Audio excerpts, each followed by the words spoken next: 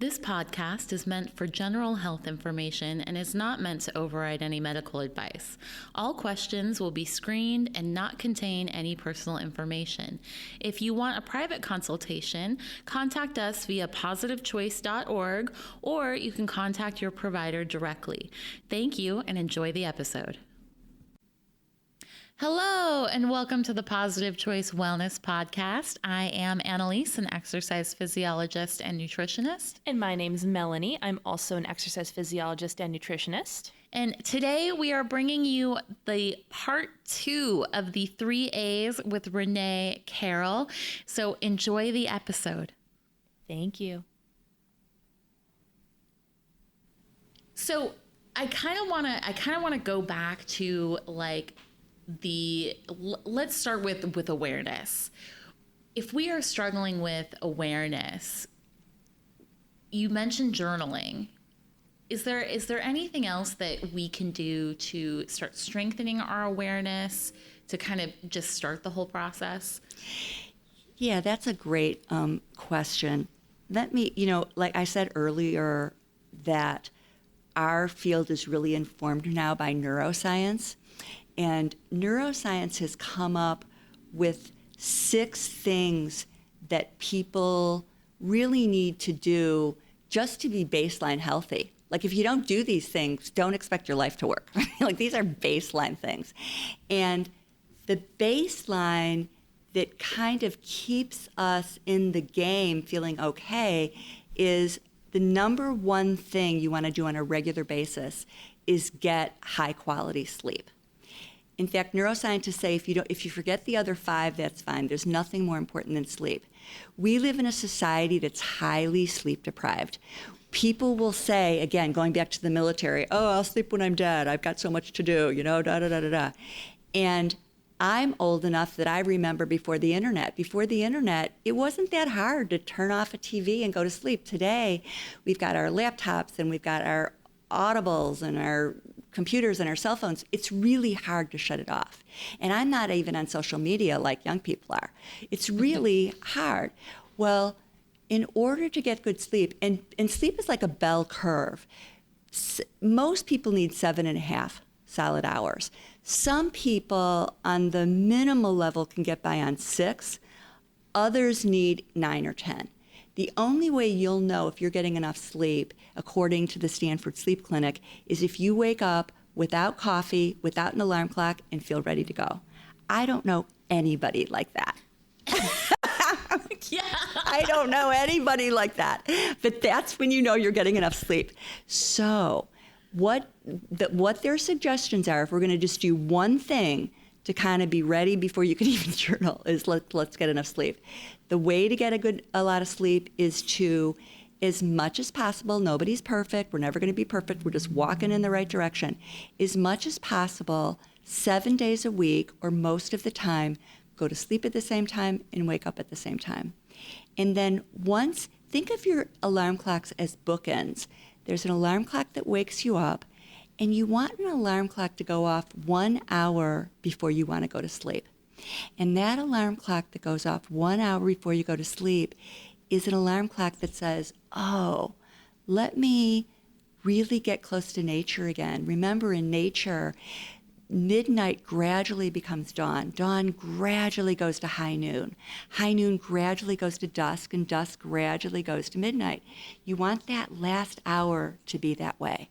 So when that alarm clock goes off at the end of the day, the bookend at the end of the day means turn off all electronics, dim your lights, use candles. That last hour, everything goes off. Maybe you could take a bath with candles. You want to say words of affirmation. You could meditate. You could do yoga. You're winding down. Most people go to the very end. They're cleaning, they're watching TV, they're on their cell phone, they're planning the next day. All of that is going to interrupt with your sleep. You want that last hour to honor shutting off the day and going down, and help yourself with looking at the darkness, make things dark. Those are the 2 most important things. Another thing is most people need a room that's cool. Our body temperature needs to drop in order to go into deep restorative sleep. There's cycles of sleep. There's 4 stages of non-REM sleep. REM is rapid eye movement or dream. And then there's a deep restorative sleep. Typically, the deep restorative sleep only happens in the beginning of the night, but you never get to that deep restorative unless your body temperature drops. So if you're eating a lot, if you're on electronics, if you're doing a lot, you're not going to cool down enough to get into deep restorative sleep. Halfway through the night, you're never going to go back there. So there is research now that's showing people who don't get enough deep restorative sleep throughout their life are more vulnerable to Alzheimer's and dementia. And you two don't have to worry about that, but at my age, I'm definitely worried about it. So I really try to pay attention to my sleep. I do not want to lose my mind. So sleep is the number one thing, okay? If you're not getting enough sleep, you're not going to be self-aware. You could try, but you're going to be checking off a box and not really doing it. You cannot be self-aware and looking at acceptance with consciousness if you're sleep deprived. I also saw this article recently that was suggesting, when they're trying to figure out, do smartphones really impact your sleeping ability? And they're there's a group of people who it doesn't really impact, because what they found is they could be on their phones all the way up to the point where they fall asleep. And the only reason why they sleep the full night is because they're so exhausted from not getting enough sleep that they always fall asleep well, because they're just exhausted all the time. Yeah. And they just still don't wake up rested. Yes. But I found that fascinating, because they're looking at the impact of smartphones for what you were saying, to wind down time. And it was because you're exhausted all the time. You don't notice that you're just falling asleep because you're just purely exhausted.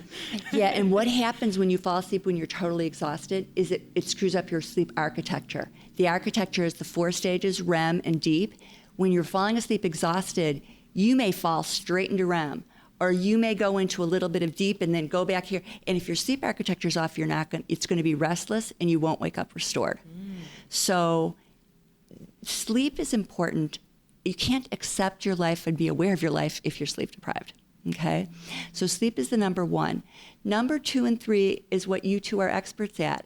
It's tied. Exercise and nutrition is tied. Okay, and then third is or fourth rather, is our self-talk. People need to be aware of their self-talk. That's that constant stream of, I'm doing okay, I'm likable, I'm an idiot, I can't believe I'm late again, oh my God, there I did, or gee, I'm doing good enough, I deserve good things, whatever it is. Our self-talk, actually we found out from neuroscience about 15 years ago, our self-talk releases neurotransmitters that make us feel calm. If our self-talk is positive, serotonin, dopamine is released and we kind of feel okay. If it's critical, it releases cortisol, for example, which is our stress hormone that makes us feel a little bit more critical or anxious or different things like that. So our self-talk is something we want to be aware of. And if you're not aware of your self-talk, it's happening and it's affecting you and you don't even know. It just seems like it's your truth. It's like the water you're swimming in, but you don't even know it. So you want to start paying attention. How do I talk to myself? What's my relationship like with myself? Cognitive behavioral therapy is looking at your self-talk. Is it a distortion or is it supportive and true? And then how does that motivate my behavior and how I am in the world?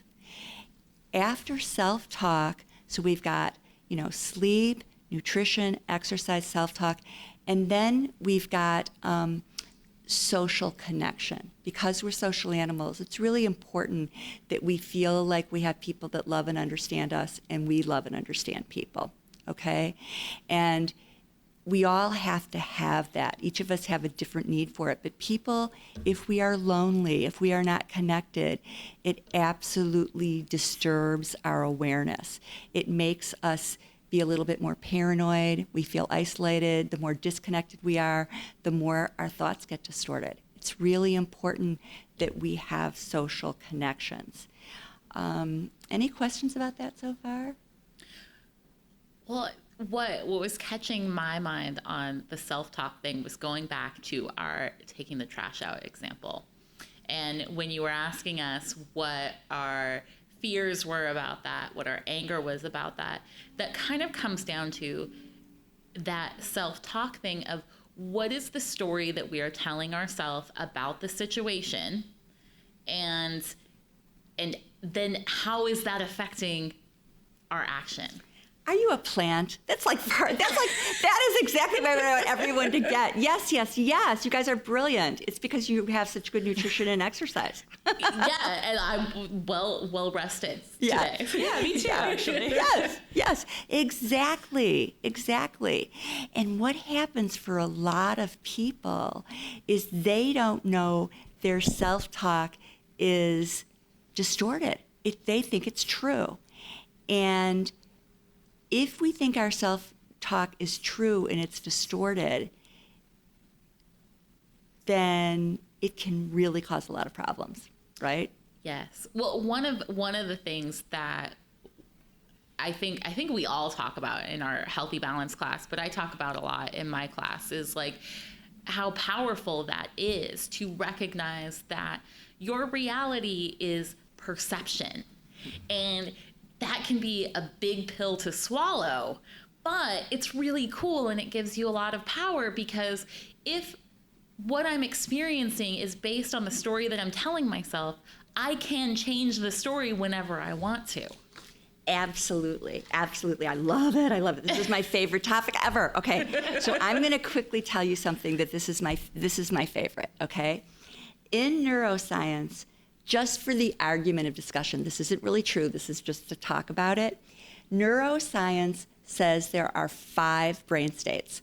Number 1 and 2 is when your brain is in balance. Brain state 4 and 5 is when your brain is out of balance. And on the line, brain state 3 is when you're like a feather in the wind. It's like you have no internal core, so externals will either pop you up or make you go down. Children are at a level 3. If you gave a 5-year-old an ice cream cone, or me, if you gave somebody an ice cream cone, I'd be like, yeah, I'm feeling good. If it fell in the mud and it couldn't be replaced, I'd be devastated. You lost your balloon. Yes, exactly. Okay? So children have no inner core. You lose the balloon, you drop your ice cream cone, it's a nightmare. Adults, typically by the time people are 25, they should have developed an inner core. Not everybody does, but most people, by the time our brain is done developing at 24, typically by 25, we've developed an inner core so that we can modulate what's happening externally. We can be aware of it, we can accept it on life's terms, and then we decide how to respond. So how our brain state determines that is just what you're saying. Like, when our brain is in balance, we look at certain categories. And the categories we look at to see if we're above or below the line is an emotional state. So emotionally, when we're above the line, we feel the full range of human emotions. You can feel angry, you can feel guilty, grateful, happy, secure, proud. You can feel the full range. But when we're below the line, those same feelings get shifted. Like anger turns to hostility, sadness becomes depression, fear becomes panic, guilt becomes shame, or we are chronically worried, or there's that false high. You know, like, oh, I'm great. Someone who's always saying, oh, I'm great, and they're kind of manicky, but you don't really feel like they're great. That's a false high. Mentally, when we're above the line, we have clarity. We're able to sit here and say, I see what's happening around me. When we're below the line, we tend to feel a little forgetful or not really clear, or a little obsessive. Time, our relationship to time, when our brain is imbalanced, we're able to be in the present moment. The feelings of time when we're out of balance is we tend to feel nostalgic about the past, or we think about the past and worry about it, or we feel like we'll be happy in the future. We're not in the present. Relationships, when our brain is in balance, we tend to be close but separate. We have boundaries. Below the line, when our brain is out of balance, relationships tend to be merged, like, I'm responsible for this, or you better take out the garbage no matter what, or if you're sad, then I'm sad, or they're distanced. Early in life, men tend to be distancers and women tend to be mergers. Like, women want to get married, they want to build a home, guys are like, I want to play the field. It changes at about 50. At 50, women are the ones that get divorced. Women are like, okay, I'm done taking care of people, I'm out of here, and guys get married right away. Guys, it completely flips. Guys tend to merge, women tend to distance. But early in life, either way, if you're merging or distancing, you're not connecting, okay? That's your brain's out of balance. Behaviors tend to be easier to be healthy when you're in balance. When you're out of balance, it's hard not to drink too much or eat too much or whatever. Cravings seem high and unmanageable when we're out of balance, but you can walk by a bakery when you're feeling in balance. Health will feel vibrant and resilient when our brain is in balance. We'll feel sick and vulnerable when we're out of balance. So those things give us a clue, like, how do I feel? That gives you a clue. Am I in balance or am I out of balance? If you're out of balance, buckets of compassion, no judgment, accept it, and what do you do to feel better? You exercise, you sleep, you take deep breaths, you have gentle self-talk. You connect with someone who's going to give you a hug or say you're okay. Like, tell me about it. It's okay. I've been there too. Those are the things. And having this awareness allows you to accept we're all in the same boat. It's okay. And then with that clarity of action. So the journaling is really about going through those feelings. Are you angry? Are you sad? Are you fearful? Are you guilty? What do you feel grateful about? What do you feel happy about? What do you feel safe with? And what do you feel proud about? What do you feel proud about with the garbage? I feel proud when you take it out. I feel proud that I'm going to stop nagging you. I feel proud that I asked you and now I understand why you don't take it out. Whatever, you know? Does that make sense? Yes, I love this all so much because this allows some of us who, like myself, I always kind of default to logic, linear logic, like let's solve the problem. And so you're looking at where you're at and the things that you're struggling with. So if I am finding myself struggling with depression, if I'm finding myself struggling with cravings, overeating, whatever it is, I can go, okay, light bulb on. Now I can go back to this list of fundamental needs and let's see what I'm checking in. Let's see what I'm checking off. And that makes it so external for me, where it's not like, oh, well, I can't control my cravings because I am, worthless and I've never been able to control it. And, the whole That's society spiral. And culture and everything. So Yes. Remember, doing these things, the sleep, exercise, nutrition, self-talk, and social support is the car with the steering wheel and the wheels. You've got a car. If you're doing those things, you've got a car. But do you know how to drive it? Driving is about awareness, acceptance, and action. Awareness is always buckets of compassion. You're not in it alone. You're in a culture that tells you should look this way or be this way or whatever. It's not you. Don't buy into the BS. So lovingly accept, be aware. Are you taking care of the basics? Do you have the wheels and the driving? Are you taking care of those things? And then be aware, accept. Don't judge, be tolerate, and then you go through the flow of feelings. Your feelings will tell you. They're the royal road of what you need to know, what you need to do, and then you take action. You take action and say, it's okay, honey, we all like sweets. It's a rough world out there. What else would make me feel better, though? And okay, so just to go through for the flow of feelings. So first we go, am I angry? Sad. Am I sad? What do I fear? What do I fear? And Guilt. am I feeling guilt? Right. And then we go to Grateful. what am I grateful for? What makes me happy? Even though the situation is happening, even though I'm not happy in the situation, what makes me happy so I can continue to stay with it? Okay. Then the opposite of the fear is safe. What makes me feel safe? And then what makes me feel proud? I love it. Because that is something that I can, Melanie can, all of our listeners can. We can just have it and we can run through it. Yep. Check boxes. Yeah. I'm a list maker, so I'm like, Yep. box, yes. Yep. And all the boxes need to be held with love and acceptance. Don't let society or magazines or social media tell you how you should feel or how you should look or how you should be. They have an agenda. They want to sell you something. Oh, you're worried about getting old? Buy this 100 jar of anti-aging. Oh, you should be thin. Katie Couric, if you're old enough to remember her, 20 years ago, she was interviewed and she was put on the top of a magazine. And when she looked at the magazine, she didn't even recognize herself. They shaved off 20 pounds. It's like they didn't even ask her. Like, our society will tell us we should be young, we should be thin, we should be rich, we should be this, we should be that. No, take it all back, and what is the reality? I am this and I am enough. I am lovable.